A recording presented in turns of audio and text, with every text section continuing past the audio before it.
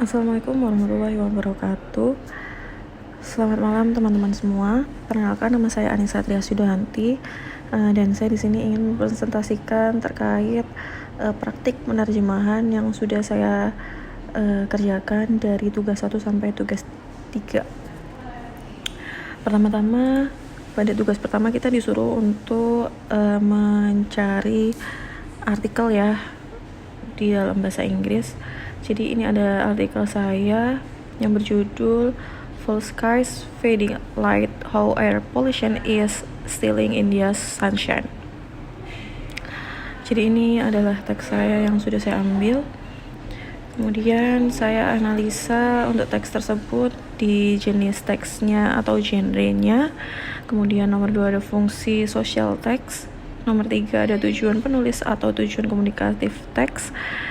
Ada juga di ciri linguistik, dan yang terakhir ada kata atau frase kalimat yang mengandung unsur budaya atau figurative language dan perlu diberi anotasi atau penjelasan. Baik, yang pertama akan saya jelaskan dahulu untuk jenis teks atau genre teks tersebut adalah berita ilmiah atau science journalism, karena pada teks tersebut ditulis oleh jurnalis ilmiah atau editor BBC untuk publik dan menyampaikan temuan penelitian tentang fenomena ilmiah atau lingkungan. Untuk proving teksnya ada di A New Study by 6 Indian Scientists finds that over the past 3 decades, sunshine hours have steadily declined across most of India. Kemudian yang kedua ada fungsi social text. Jadi teks tersebut bertujuan untuk menginformasikan mengenai penurunan jam sinar matahari di India dan faktor penyebab polusi awan cuaca lokal. Kemudian selanjutnya adalah meningkatkan kesadaran lingkungan tentang polusi udara dan dampaknya pada iklim, kesehatan, dan kesejahteraan masyarakat. Untuk proving teksnya ada di Decisional Pattern of Sunshine interacts with a deeper, long-standing problem India serve air pollution crisis. Next adalah tujuan penulis atau tujuan komunikatif teks. Nomor 1 yaitu menguraikan faktor-faktor yang mempengaruhi berkurangnya cahaya matahari seperti polusi udara, aerosol, awan musiman, dan perubahan cuaca lokal. Nomor 2 yaitu menyampaikan implikasi lingkungan dan kesehatan dari fenomena ini agar publik dan pembuat kebijakan sadar akan dampaknya. Yang terakhir adalah menyoroti dampak polusi udara dan gaya hidup manusia, urbanisasi, penggunaan bahan bakar fosil, pembakaran biomasa terhadap cahaya matahari, dan kesehatan lingkungan. Next ada ciri linguistik. Jadi di teks ini ada beberapa ciri linguistik. Nomor 1 yaitu bahasa jurnalis ilmiah, kombinasi formal dan informatif. Kemudian di teks ini ada majas personifikasi di teks sending aerosols into the atmosphere and dimming the sun's rays.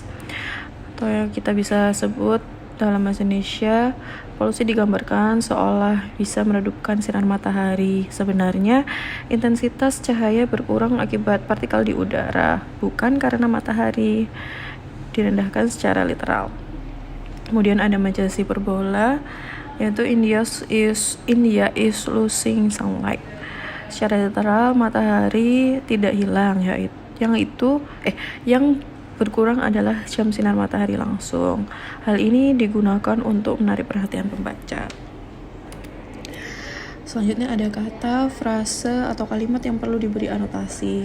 Sebenarnya di sini ada beberapa kata-kata yang bisa digarisbawahi ya, seperti sunshine hour, istilah teknis meteorologi yang berarti jumlah jam sinar matahari langsung mencapai permukaan bumi. Tidak bisa diterjemahkan secara literal sebagai jam sinar matahari, melainkan sebagai durasi paparan sinar matahari langsung.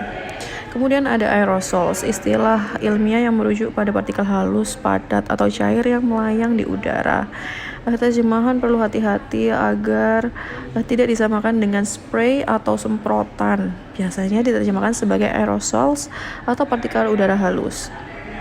Kemudian ada temperature inversions, istilah meteorologi khusus yang berarti lapisan atmosfer di mana suhu meningkat seiring ketinggian, menyebabkan polusi terperangkap di bawahnya. Perlu anotasi karena tidak umum dalam bahasa awam.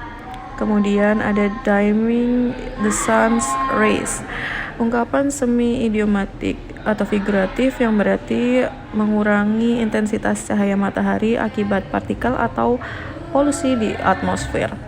Tidak bisa diterjemahkan menggunakan harfiah sebagai meredupkan sinar matahari, tapi dijelaskan sebagai mengurangi intensitas cahaya matahari yang mencapai permukaan bumi.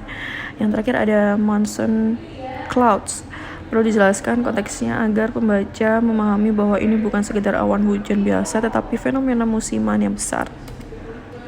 Kemudian ada hasil penerjemahan untuk tugas 2, yaitu ini ada hasil terjemahan yang saya terjemahkan sebelum penyuntingan. Dan di sini saya menggunakan metode ada beberapa metode yang digunakan. Salah satunya yaitu descriptive translation. Dan yang kedua ada communicative translation. Selanjutnya ada hasil penyuntingan, dan ini kalimat atau teks yang sudah saya sunting. Penyuntingan teks ada di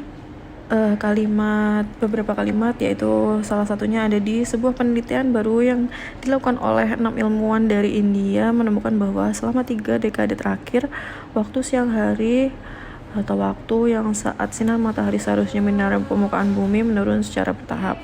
Dan hasil penyuntingan saya yaitu baru-baru ini sebuah penelitian yang dilakukan oleh 6 ilmuwan dari India menemukan bahwa selama 3 dekade terakhir, selama siang hari, sinar matahari yang seharusnya menyinari permukaan bumi mengalami penurunan. Kemudian ada juga menurut data dari 20 stasiun meteorologi cuaca mulai tahun 1988 hingga 2018 menunjukkan bahwa penurunan jam penyinaran matahari yang terus-menerus di seluruh negeri, dengan hanya wilayah timur laut yang mengalami sedikit kelegaan musiman. Dan hasil penyuntingan saya yaitu data dari 20 stasiun meteorologi selama periode 1988 sampai 2018 menunjukkan bahwa jam penyinaran matahari di seluruh India menurun secara terus-menerus, kecuali di wilayah timur laut yang mengalami sedikit peningkatan musiman. Selanjutnya ada di teks ilmuwan dari Universitas Banaras Hindu melaporkan bahwa penurunan tahunan ketajaman terjadi di wilayah pedalaman utara, terutama Amritsar dan Kolkata, serta di sepanjang sabuk Himalaya. Dan penyuntingan saya adalah para ilmuwan dari Universitas Banaras Hindu melaporkan bahwa penurunan jam penyinaran matahari tahunan paling tajam terjadi di wilayah pedalaman utara. Dan yang terakhir ada di kalimat aerosol ini atau partikel padat atau cair kecil dari debu, asap knalpot kendaraan, pembakaran tanaman, dan sumber lainnya bertahan di udara cukup lama. Dan hasil penyuntingan saya yaitu aerosol, yaitu partikel kecil padat atau cair yang berasal dari debu, asap kendaraan, pembakaran tanaman, dan sumber lainnya dapat bertahan lama. Jadi teman-teman, kenapa penyuntingan diperlukan? Karena kita harus membuat kalimat yang kita terjemahkan itu terlihat natural dan maknanya itu bisa tersampaikan ke pembaca. Jadi di sini alasan saya untuk menyunting beberapa kalimat tersebut agar jelas dan sesuai dengan genre yang saya ambil, yaitu genre science journalism. Terima kasih untuk waktunya teman-teman semua. Sekian presentasi dari saya. Wassalamualaikum warahmatullahi wabarakatuh.